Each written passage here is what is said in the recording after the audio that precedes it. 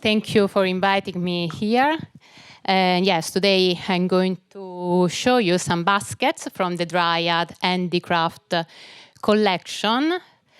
So the Dryad basketry collection comes from all over the world.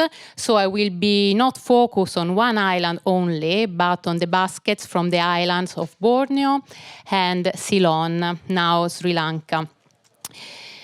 My hypothesis, in fact, is that the collector, Harry Peach, found in items from different islands the possibility to gather the spirit of primitivism, native ingenuity, or uncontaminated creativity embedded in the material culture in remote and isolated places from the central British Empire. So I have to say that for this presentation, I'm going to use a language that might be offensive now, but they are part of the early 20th century Britain. And actually, I find it also in the database of the museum when the collection entered the museum in the 70s. So please bear with me about that. So Harry Peach collecting strategy, therefore, ended up to be very much focused on the insular production with raw material and geometric and decorative patterns.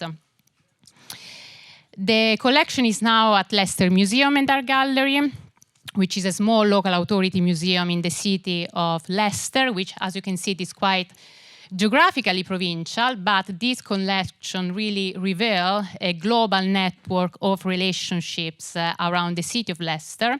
It is not in the museum, it is actually in the store of the museum, and it has never been on display with a coherent history of the collection. So the idea is that after my PhD project, this is my ongoing research, so from September 2024, there will be an exhibition on baskets, Dryad baskets, in the museum so that the community of Leicester can really see this part of their heritage.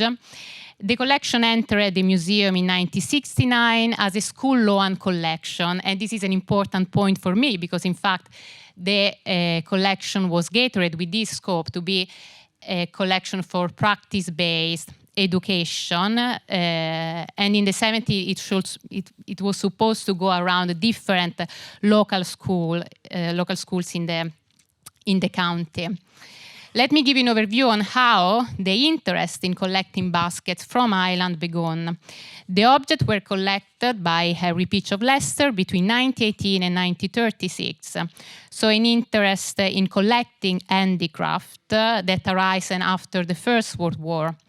Before the war, in fact, Peach was generally interested in the materiality of wicker and cane design, and in 1907 he established in Leicester the Dryad Cane Furniture Workshop to sell furniture all over the world with a great success in the USA. So at the first stance, the idea was to export the Leicester cane product in the world, and only in a second moment, Peach decided to gather baskets from the world in Leicester, opening a so-called window to the world with this small showroom in a way that was not so different from what other anthropology museums at the time used to do within the impetus for global and colonial collecting in Britain. So this must be considered within a panorama where it was common belief in Europe that the arts and craft movement was in the process of disappearing because of the era of the machine. And this concern was shared by Peach and this circle as well. So Peach had the ambition of gathering a global movement of baskets to preserve world technique. As you can see in this 1954 picture, this is the picture of the workshop, it is a photography, with the furniture wing and then the later handicraft wing that opening in around 1918 or later. Just briefly, those are two advertisements in the very fashionable, the Illustrated London News, and at the bottom of the advertisement, you can see that the Dryad handicraft, the Dryad stand, they have some stand. They took part in international exhibitions, such as the Brussels International Exhibition in 1910, where they got a silver medal, or the International Exhibition in Turin in 1919, 1911, when they got a diploma of honor. And I also know that in 1910, Dryad had a stand in the Anglo-British exhibition. This is quite important for my argument because I believe that it was in this international context that Henry Peach developed an interest in global collecting. So there was a movement from the interest for the local to an interest for the global.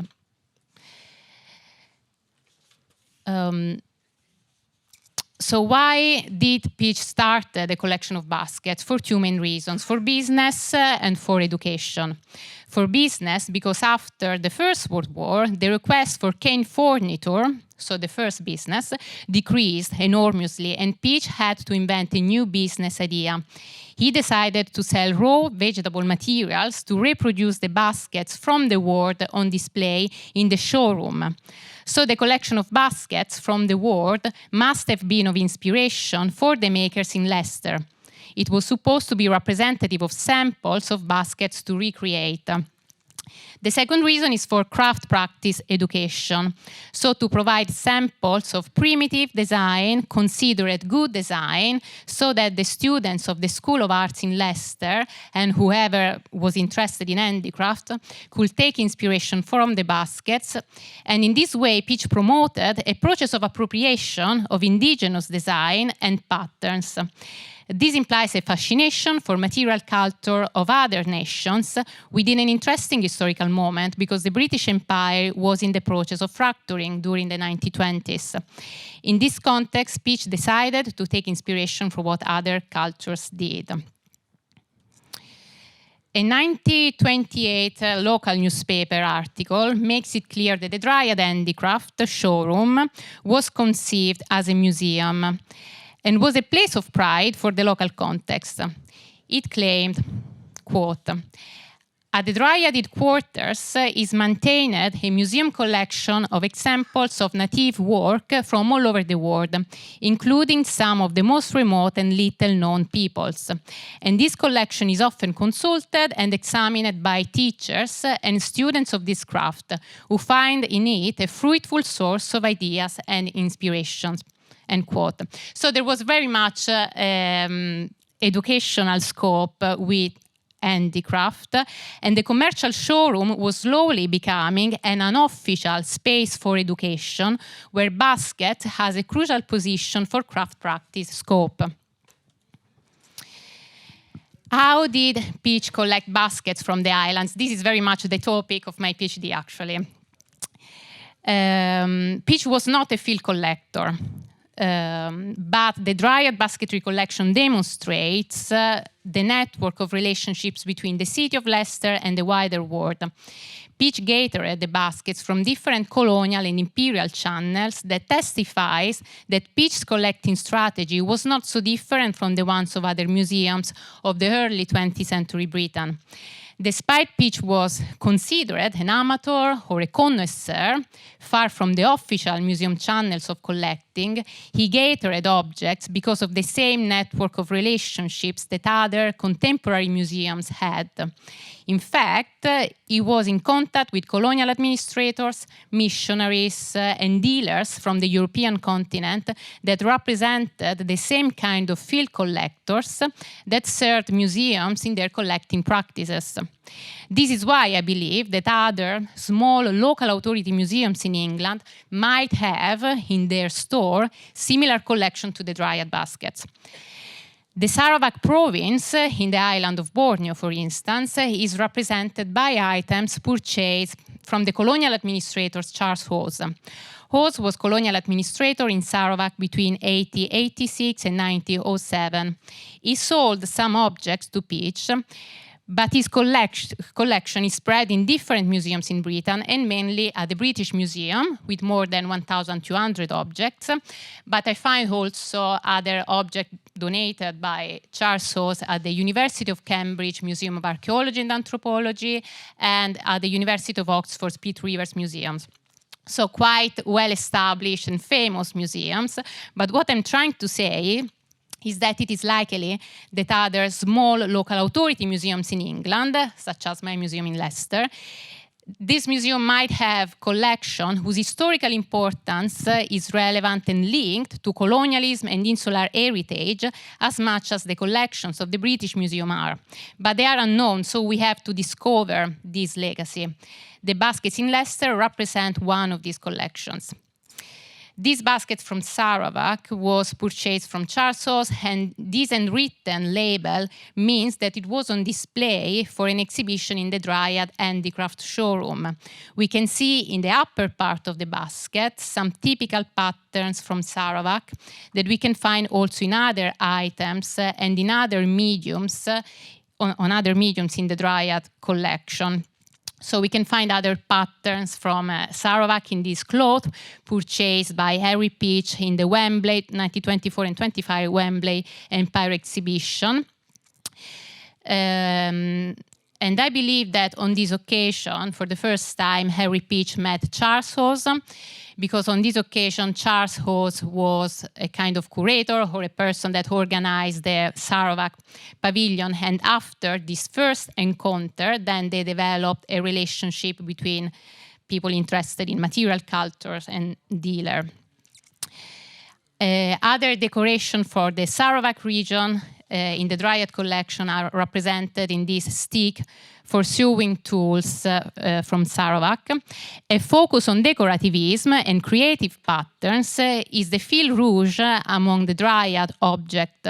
In the correspondence with art educators, architects and designers, Peach emphasized the need for English designers to, quote, lost themselves a bit in the creative process, end quote, and the admiration for, quote, primitive people who have not learned what art is, end quote. So this is what Harry Peach wanted to collect to show to the Leicester School of Art, to inspire students with indigenous design, inviting them to unlearn and abandon the traditional construction of art history developed in British schools. He was trying to disrupt a sharp division in the categories of traditional and indigenous in design by combining the two, and inviting British students to be inspired by the Dryad items from the world transported in Leicester. These baskets from Borneo, again come from Charles Hawes, show patterns and the dyeing technique obtained by coloring the vegetable fibers in red, dark brown and black. While the one in the middle here is interesting for the natural herringbone pattern, the two on the right and on the left show examples of dye baskets with colored native patterns. These three baskets will be reproduced in a photography for a publication on canework written by Charles Crampton and published by the Dryad Press. Charles Crampton was a basket maker employed by Dryad, who delivered demonstration classes in the showroom as well as around the country based on the World Basketry Collection. The book aimed at being a guide for the history of basket making with a global perspective. And these baskets from Sarawak were defined as Eastern basket without any particular connotation with Borneo that reflect a lack of interest in anthropology as a science, but rather a generalization for what was considered the East. These were considered the right baskets to convey techniques and patterns of what were called pagan tribes by Hawes in his publication, The Pagan Tribes of Borneo, dated 1912. So the basket in the middle, number 2, there is a round basket. It is this one. You can see that in a photography made of me in the museum. It is the same basket that we can find on the bottom right, my right, in this picture. And it is a photography in the Hawes' publication, Natural Man, A Record from Borneo, published in 1926. It's the basket number 11. In 1925, Hawes wrote to Peach asking for, quote, arrange and have a full page of photograph made for me to illustrate the decorative art of the Borneo people in some way, as I suggest in the enclosed road sketch. And this is his sketch. Oz wrote on the top of his sketch, quote, "Photograph to illustrate the decorative art of the people for my book, full page illustration," end quote. After this collaboration, Peach asked and received baskets and other wood and decorated objects collected in Sarawak from Oz. And I believe that Peach made, of course, more than this picture only for Oz, because he used to make photography and of other collection in Britain, and he really liked the medium of postcard and photography to allow the circulation of baskets, circulation of material culture, knowledge on material culture. In the same period of the photography collaboration, Oz donated on loan a number of objects from Sarawak to Peach for an exhibition that took place at the Leicester School of Art, where the students were the main audience. The exhibition took place between May and October 1925, and in 1926 Peach asked Oz for a number of items from Sarawak in different materials for his Dryad collection. The commonality among the objects selected was an interest in native patterns. Peach asked for, quote, "a collection of baskets showing the patterns possible, 2 or 3 of each. I think you call it canoeid baskets, and some IBAN seed mats and seed baskets illustrating pattern, possibly with names of patterns, and a collection of things illustrated the use of the bamboo and pattern on same, never mind how humble. And, to conclude, a collection of stamps for tattooing patterns," end quote. So it emerged in the correspondence and in the collection itself an obsession for collecting patterns as a sample of good design. And my idea is that Peach found in islands perfect places where remote people living in the periphery of the British Empire, particularly isolated and far from the spoiled industrialization process that affected the Central Empire, that people could best express the still alive, creative, primitive spirit that Peach was looking for. So although not all of the objects in the list entered the Dryad collection, it is possible to recognize some of them where the pattern motifs emerged as central in the items. These are 2 canoeid baskets as requested with the dyed vegetable fibers. And there are also, of course, other items from Borneo, where, again, there is an interest in patterns. Maybe I don't have the time to talk about missionary exhibition, which was another quite important channels to gather objects for the Dryad collection. Very briefly, missionary exhibitions were complex events where the intertwining between religion, culture, and politics was at its core. There were display of objects from the mission fields organized as propaganda events to show missionary activity in the world. As such, they invited visitors to make a tour around the world without traveling, but rather through the convenience of a settled exhibition organized by comfortable explanatory courts with curios. So I choose this postcard because it is very much clear about the display of a missionary exhibition. We can see it is very similar in scope. It is very similar in the display to the international exhibition. So very general, with a big display of Africa generally, or South Seas Island, who were often on display, and often South Seas Island were associated with Madagascar. So to give a very general overview of what the life and the missionaries were doing in the islands. And at the end of this picture, in a prominent position, you can see a section dedicated to the sale of work. So there were objects on display, but also available to buy. And in this exhibition, Harry Peach find the majority of the Dryad baskets. I don't have much time to go ahead, but just to conclude, in missionary exhibition, he found objects from the Solomon Islands, from Sri Lanka, where, again, they are not really perfect basket or basketry object in vegetable fibers, but they are very important for the kind of patterns they can give. to conclude,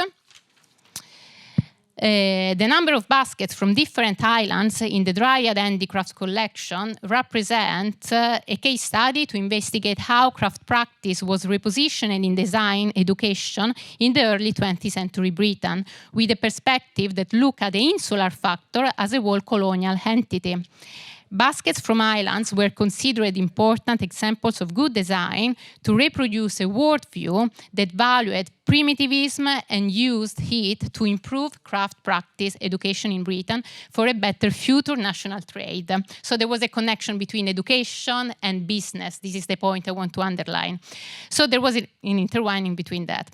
In order to give more visibility to the Dryad basketry collection, which is now entirely in the store, there will be an exhibition in September 2024, and the scope of the exhibition is to reproduce the Dryad Handicraft showroom, where the baskets were on display in Leicester, and to replicate the craft practice educational scope, inviting a local basket maker that will deliver practical workshops at the museum with materials that grown in Leicester, so many cane and weaker materials. So to, again, have a movement from the global to the local interest of Leicester. So thank you. Thank you, Maria. Already some questions. On a pris un tout petit peu de retard, mais on va quand même prendre quelques minutes pour les questions.